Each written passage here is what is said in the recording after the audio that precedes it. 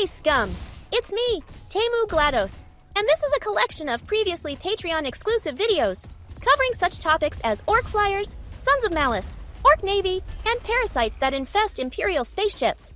If you want to access similar videos in the future before they become available to the general peasantry, without ads or stupid intros like this one, you can join our Patreon by clicking the link in the description, and boy, is it a bargain. When I want to get someone to step on me and spit in my mouth, I have to travel to Bangkok and pay an exorbitant amount of money to muscular, tattooed women. Meanwhile, you can recreate this same humiliating experience, starting at the low price of $2. Unlock bloopers, posters, access to our Discord, and the quote-unquote comedy videos from Shy. This incredible amount of entertainment will guarantee to delay the inevitable workplace massacre for at least a few days.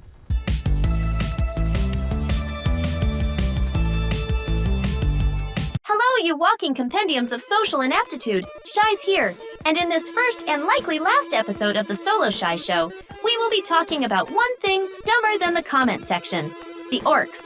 These photosynthesizing British mushrooms live for one thing only: fucking shit up, and their vehicles are the mechanical equivalent of a kerosene-based chemistry set for the toddlers. You might think the Storm Boys with literal rockets strapped to their asses are the pinnacle of orcish recklessness. You'd be fucking wrong, you cretin. The real champions of suicidal velocity are the Flyboys, a subcult of speed freaks who traded the boring two-dimensional plane of the ground for the vomit-inducing freedom of the sky.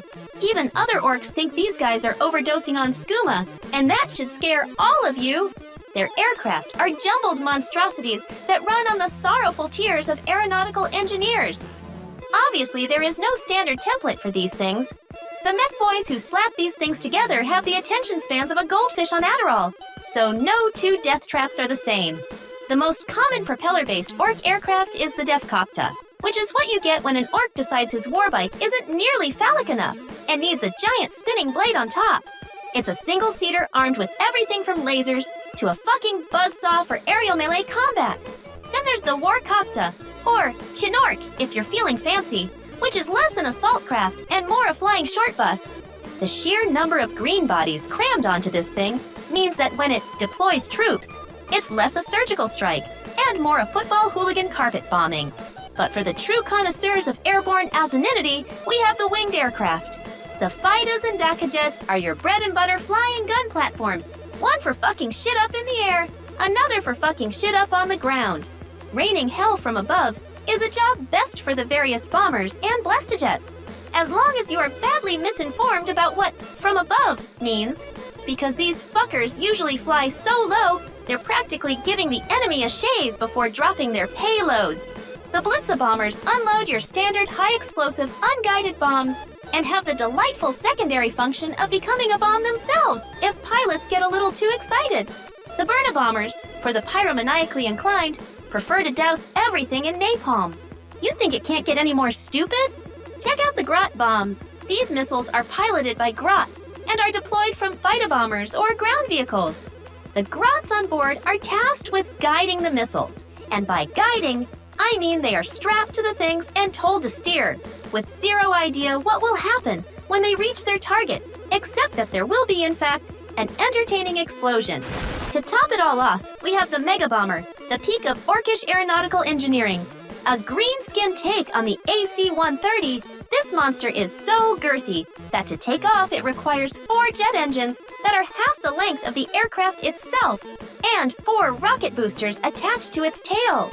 Mega Bomber is loaded with 8 massive gun turrets and an arsenal of imaginatively named big bombs.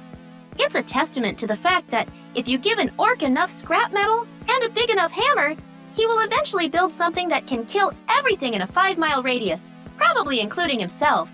And I wouldn't have it any other way.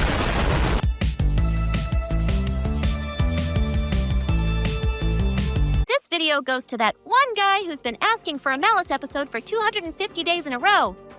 There it is, behind a paywall. Fuck you. All right, settle down, you owners of tectonic plate shifting type hairlines. And let's talk about a group of genetically engineered child soldiers so edgy they'll make Shadow the Hedgehog wrap his lips around the fucking pump-action AR-15.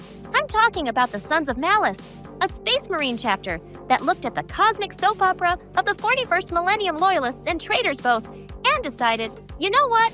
Fuck 'em all. Their early history is about as clear as a glass of mud, but the prevailing theory is that they were part of the Astartes Praeses. Think of them as the galaxy's bouncers, a group of 20 chapters tasked with staring into the eye of terror and telling whatever eldritch abominations look back to politely leave. That went about as well as you'd expect, and most of these chapters eventually kneeled before Monster Mash and pledged their loyalty to the Graveyard Smash. But not the Sons of Malice, who were too tough for chaos corruption, but not for a goddamn HR dispute. You see, the Sons of Malice had this quirky custom of eating their enemies. Now, in the grand scheme of the galactic septic tank that is the Imperium, a bit of ritual cannibalism is not that noteworthy, especially since things like corpse starch exist. But the Inquisition can always come up with some grievance if they reach deep enough into their colon, and a particularly vegan inquisitor from the Ordo Hereticus got a little upset at the scene of Sons of Malice devouring corpses of recently slain heretics in a gory orgy of blood, viscera, and gay sex, presumably. So he immediately ordered a squad of the Adeptus Sororitas elite troops to deploy and cleanse the area of the allegedly heretical filth. The Sons, in the middle of their victory feast, were understandably upset and started fighting back. It turned out that a small group of Sisters of Battle can take a group of insane super soldier cannibals about as well as your self-esteem can take mild insults. And after turning the sisters into a surprise second course, they sacrificed the Inquisitor, packed their bags, and set off into the Eye of Terror. And there they've sat ever since, stewing in a pot of their own self-righteous fury on board their ship, the Labyrinth. Their newfound dedication to being galactic enlightened centrists led them to worship the obscure chaos god, Malice. This deity, which may or may not exist due to copyright issues, has a whole shtick of hating the other chaos gods. The Sons, ever the fanboys, painted themselves in a black and white quartered pattern, like a murderous chessboard. They're obsessed with the number 11, maintaining 11 companies instead of the regulated 10. And pushed this 11th thing even further with a centennial tradition. They round up 1,000 humans and Xenos for a grand feast, and I don't mean as guests. Then, they send a team of their Marines into the warp-infested bowels of the Labyrinth, which is crawling with their own corrupted brethren. It's a bit like a team-building exercise, only with slightly more dismemberment. The first one back to the safe zone gets the grand prize of being dubbed a doomed one and promptly sacrificed. The rest are left to rot inside the ship. In a short story, after sacrificing 11 of these lucky winners, they managed to summon Malice, which culminated in the universe-shattering line, ... Malice. Fucking riveting! Devotion to Malice gives you more unpleasant connotations than the title of Reddit mod. Sons of Malice quite literally hate everyone and everything, including themselves. Their ships are adorned with the helmets of both Chaos and Loyalist champions, as they play no favorites in their murder hobo adventures. And despite their inner rage, they fight in complete silence. When they do communicate, they do so in whispers, presumably to share edgy poetry and complain about how no one understands them.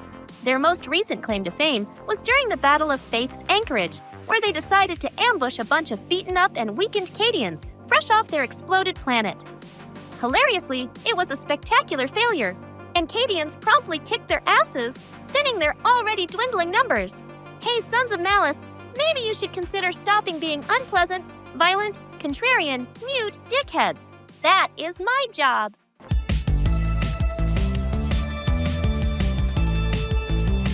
All right, scum, settle down and pretend you have the mental capacity and attention span to understand what the fuck I'm saying.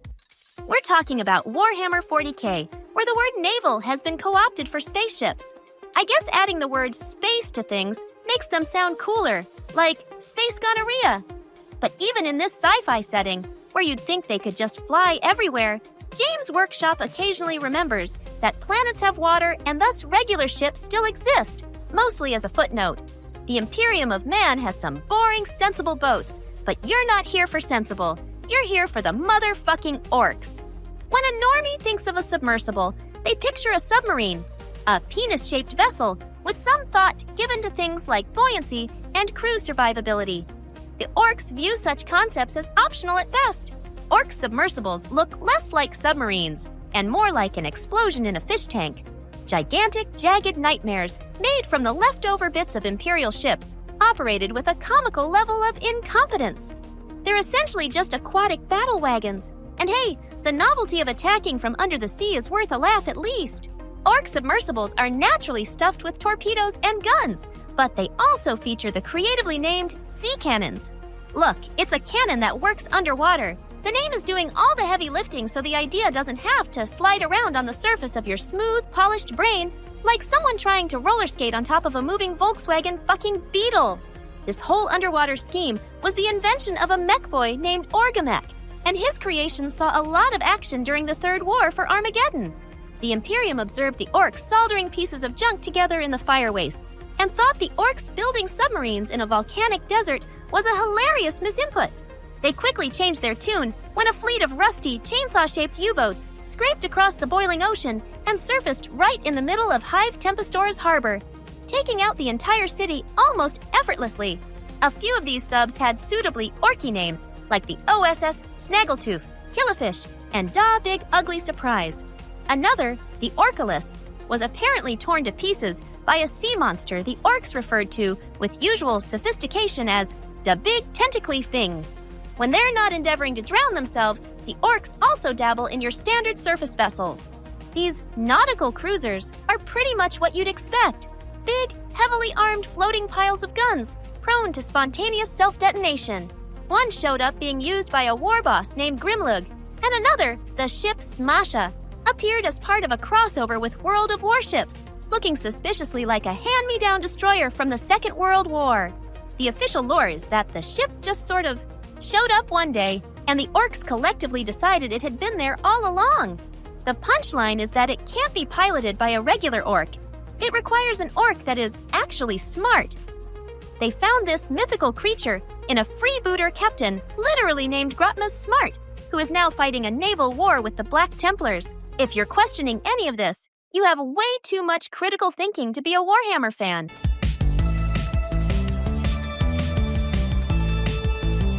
Oh, look, a new Shy video just in time when you sort of started considering being productive. Imperial Navy. Their ships aren't so much spaceships as they are flying castles with all the sprawling Gothic architecture and sanitation, almost as bad as those of medieval towns or modern Californian cities. It's a classic sci-fi trope to have creatures that live in the vents and ducts of starships. But since the ducts on these giants look like they're made to accommodate your mom, the things living inside are scaled up accordingly. These hollows between decks can be so huge, they host everything from a simple stowaway to a generations-long family tree of inbred chaos-worshipping weirdos the captain has no clue about. To catalog this assortment of horrors, the Imperial Navy has something called the Vermin Horribilis, which is just a pest control manual that starts with stuff like rats, redditors, and other refuse, but escalates dramatically from there. Remember that the bowels of these ships are constantly leaking engine radiation and getting queefed on by the warp. So even a simple rat, if it is left alone, can mutate into an eldritch horror, akin to a child left alone with TikTok for a bit too long who then goes on to become a heroin addict or an influencer or something equally as wretched. Anyway, let's look at some of these creatures. First up is the Gloomhaunt, a combination of a bat and a leech that likes hanging from ceilings like a meat piñata of death. Say you are walking down a corridor with a person that you haven't yet alienated when Gloomhaunt drops down, wraps its wings around their head, and starts chewing on their eyeballs. If you try to pull the creature off, its barbs will rip your friend's face clean off. If you try to shoot it, Gloomhaunt's paper-thin skin ensures the bullet will pass right through and into your mate's brain. It's like a trolley problem, but there's one track and the switch doesn't work. Then there's the Mawflike, a pack-hunting millipede that lurks in the ship's bilge water and specializes in ambush attacks. Its bone-crushing jaws also inject a paralytic poison, leaving its victims conscious but unable to move as they are slowly devoured alive, giving you plenty of time to contemplate that it's quite possible that every decision you've made so far in your life has been the wrong one. Let's talk about the Sinofian boreworm. This little leech-like parasite is mostly a scavenger, but it's not picky. As the name suggests, it bores deep into a victim's body to nest. You can get it removed with quick surgery, but if you're not fast enough, it starts to reproduce by just breaking apart. Each segment becomes a new worm, And within minutes, your insides have been converted into a writhing mass of hungry parasites, driving the tapeworm in your ass absolutely mad with rising rent. And speaking of things that lay eggs where they really fucking shouldn't, the Zothic blood locust uses the deep, dark corners of starships as a free nursery for its brood.